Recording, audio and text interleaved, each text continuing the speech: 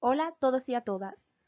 Nuestra exposición trata sobre las hermanas Agassi en educación infantil en Italia. A continuación os voy a dar paso a la presentación de mi grupo, es decir, a las participantes que forman parte. Nuestro grupo se llama La Seño Superwoman. En ella participamos María Cabrera Caro, María del Carmen Chamorro Bautista, Sandra Cordero Rodríguez, Irene Cordero Vega y María Jesús Sala Romero. El índice sobre esta presentación es, en primer lugar, el contexto histórico, en segundo lugar, la biografía, en tercero, el método agassiano, en cuarto, los principios pedagógicos, en quinto, las actividades, en sexto, las áreas, en séptimo, las obras destacadas, en octavo, la organización espacial y temporal, en noveno, las diferencias principales con otros métodos, en décimo, la conclusión y en último lugar, la bibliografía que hemos obtenido toda esta información sobre las hermanas Agassi. Comenzaremos comentando el contexto histórico en el que se encontraba Italia durante la época en la que vivieron las hermanas Agassi. Tras la caída de Napoleón en 1814 y tras una serie de agitaciones alentadas por los reyes de Cerdeña, comenzó la unificación de Italia, creando el nuevo Reino de Italia. En 1870 se nombra a Roma como la capital de Italia, dando por finalizado el proceso de unificación italiana. Con la unificación, Italia consiguió desarrollar sus recursos económicos y militares, convirtiéndose en una gran potencia. En 1915, durante la Primera Guerra Mundial, Italia decidió unirse a la guerra, junto con Alemania y Austria, formando así la Triple Alianza. En 1922 entra al poder el socialista Benito Mussolini, quien fundó el Partido Fascista y se encargó de controlar a la prensa y a los sindicatos, eliminando sus libertades. El objetivo de la política internacional de Mussolini consistía en conquistar todas las colonias posibles. Durante la Guerra Civil Española, Italia estrechó sus lazos con Alemania, creando así el eje Roma-Berlín en 1936. Tras declarar la guerra a Gran Bretaña en 1940 y asumir una derrota, el rey Humberto I destituyó a Mussolini, siendo este encarcelado y asesinado en 1945. Con la Segunda Guerra Mundial, Italia sufrió una época de crisis económica y política. En 1946 se puso fin a la monarquía y comenzó la República. Con todo esto podemos decir que las hermanas Agassi, nacidas entre 1866 y 1870, vivieron una época difícil en Italia con la unificación de los estados. Luego de esto tuvieron la posibilidad de impartir educación en todo el Reino de Italia. La compañera Sandra os hablará sobre la vida de las hermanas a continuación. Hola, soy Sandra, como bien me ha dado paso mi compañera, voy a hablar sobre la biografía. En primer lugar, en esta diapositiva nos encontramos dos imágenes, la primera que es Rosa Agassi, la segunda es Carolina Agassi. Os voy a hablar un poco sobre sus datos más importantes y cuando nacieron y fallecieron. Rosa Agassi nació en 1866 y su hermana en 1870. Ambas nacieron en Belongo, Verona. Formaron una escuela de magisterio en el asilo de Monpiano, en Grecia, Italia. En 1895 crearon su propio centro en Lombardía llamada Escuela Materna, recreando un ambiente familiar y de hogar. En este centro se defendía la participación activa y la reducción a una mínima expresión en la dureza de los reglamentos internos y sobre todo trataban a los niños y a las niñas de manera cálida y humana para conseguir su integración. El sistema educativo de estas dos hermanas tiene sus inicios en los principios pedagógicos desarrollados en Italia por Froebel, que fue el creador de los jardines de infancia, donde se establecía un desarrollo afectivo e intelectual, aunque las hermanas no compartían con él el valor educativo asignado a un material ya establecido. Esto implicaba la necesidad de concebir una enseñanza cíclica o enseñanza general, en la que se produjeron ruptura entre los periodos de parvulario, primera enseñanza y enseñanza secundaria. Finalmente, las hermanas se jubilaron en 1927, aunque siguieron teniendo una gran importancia en la educación. Carolina fallece en 1945 y Rosa en 1951. Ahora voy a dar paso a mi compañera María, que va a hablar sobre el método agassiano.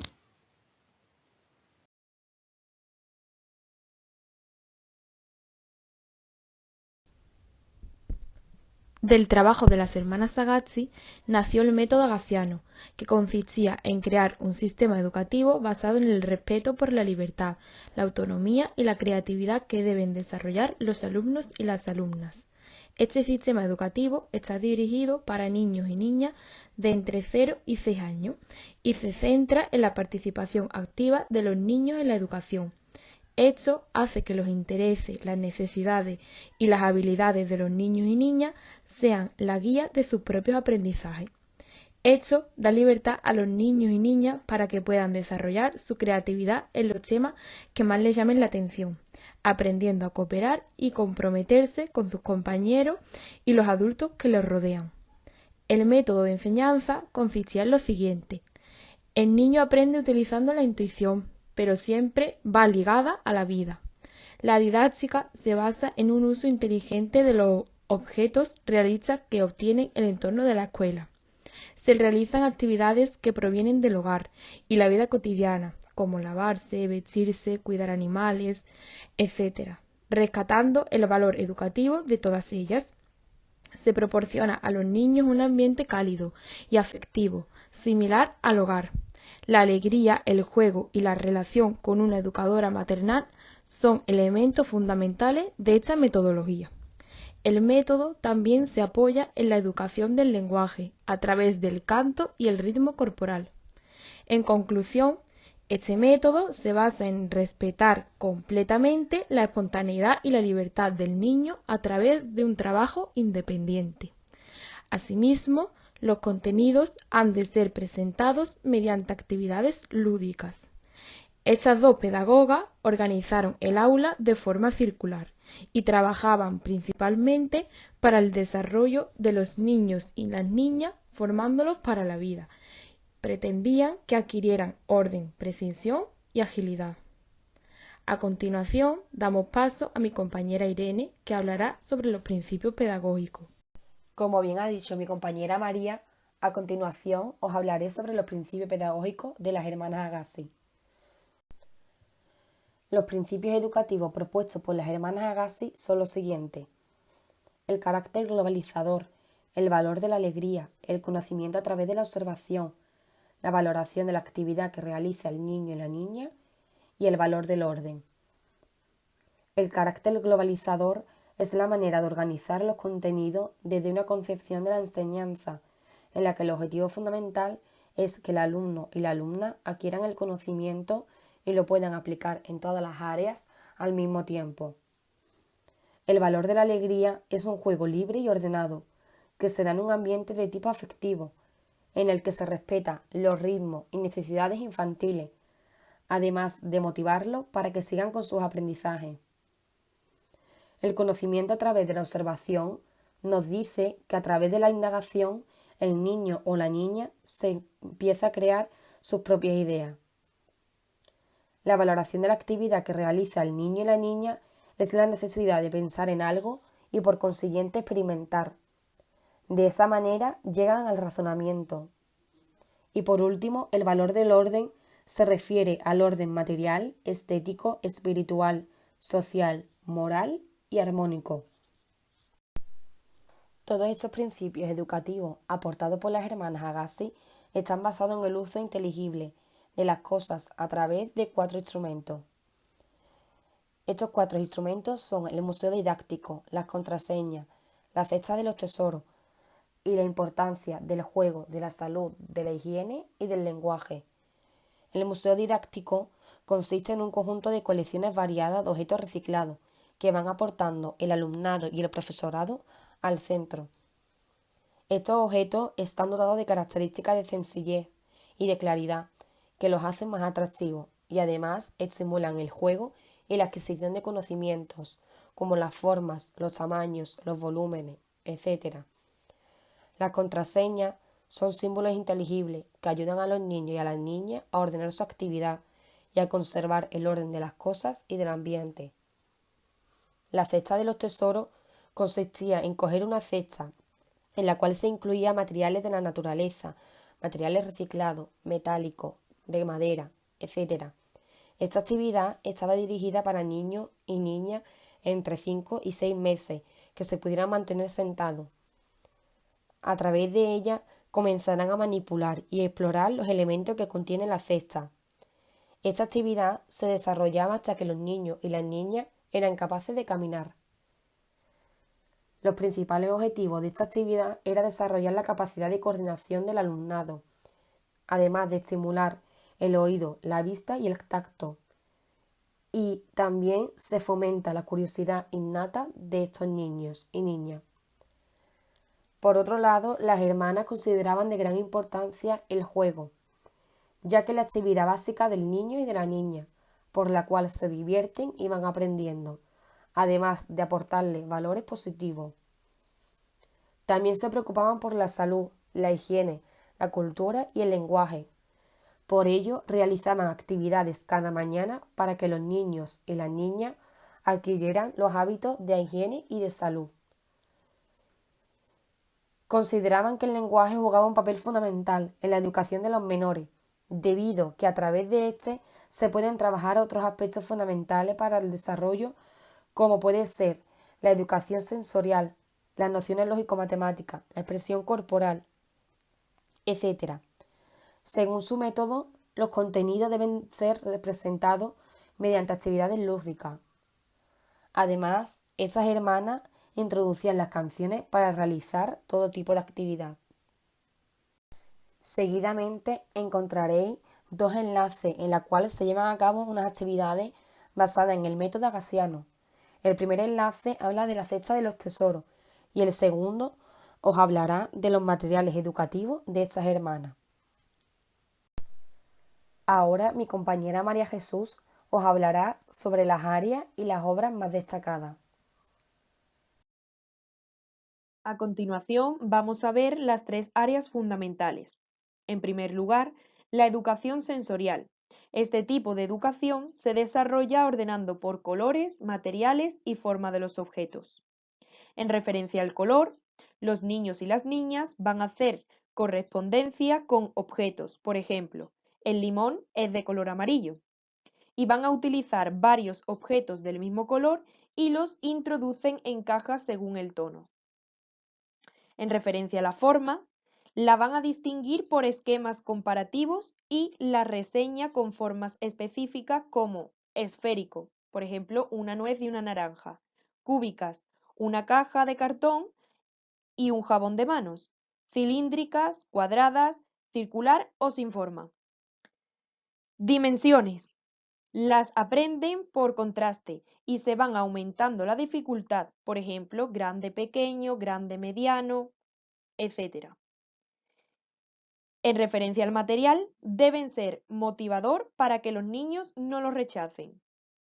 La segunda área fundamental sería la instrucción intelectual, que se basa en la exploración del mundo y la percepción natural de los conceptos.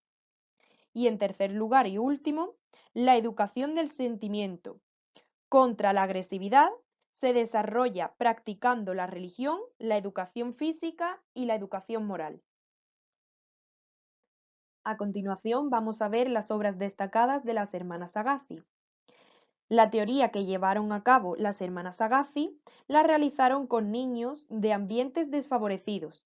Sustituyeron los materiales tradicionales por materiales de la vida cotidiana, reciclando materiales de desecho. En las escuelas realizaban actividades de higiene diaria, de tareas domésticas, etc. Las hermanas Agassi consideraban de gran importancia las canciones y el dibujo, ya que es un medio de expresión por el que los niños y las niñas se manifiestan y además eran fundamentales en el ámbito educativo. Las escuelas se basaban en el juego para fomentar la creatividad y el aprendizaje en los niños y en las niñas. Por otro lado, el maestro sería de ayuda y estímulo para el alumnado. Las hermanas Agassi publicaron numerosas obras, pero estas son las más destacadas, como por ejemplo Lingua Parlata, Brescia, Tipografía, entre otras muchas. A continuación voy a darle paso a mis compañeras Sandra e Irene, que os hablarán de la organización espacial y temporal. A continuación, mi compañera Sandra y yo, Irene, os hablaremos sobre la organización espacial y temporal. Sandra os hablará sobre la organización temporal y yo sobre la organización espacial.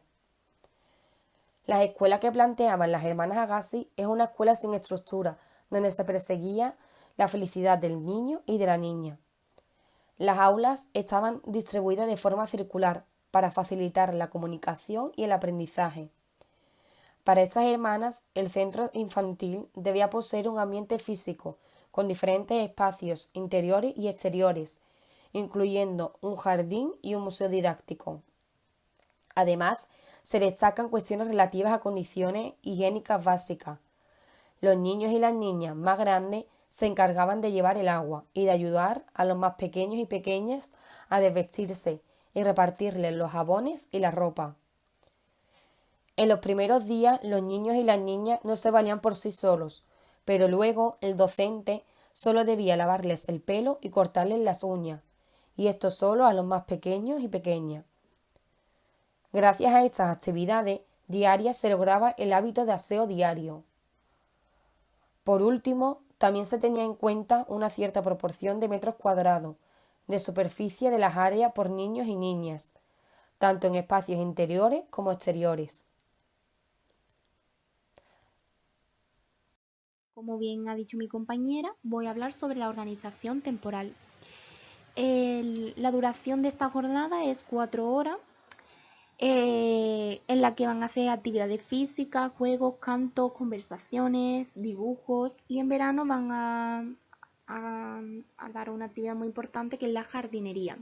Es una pedagogía muy alegre en la que se centra en el juego, que es una actividad muy importante porque obtienen un aprendizaje espontáneo y a la misma vez se sienten motivados y ayuda a la formación de unos valores en esta etapa de educación infantil.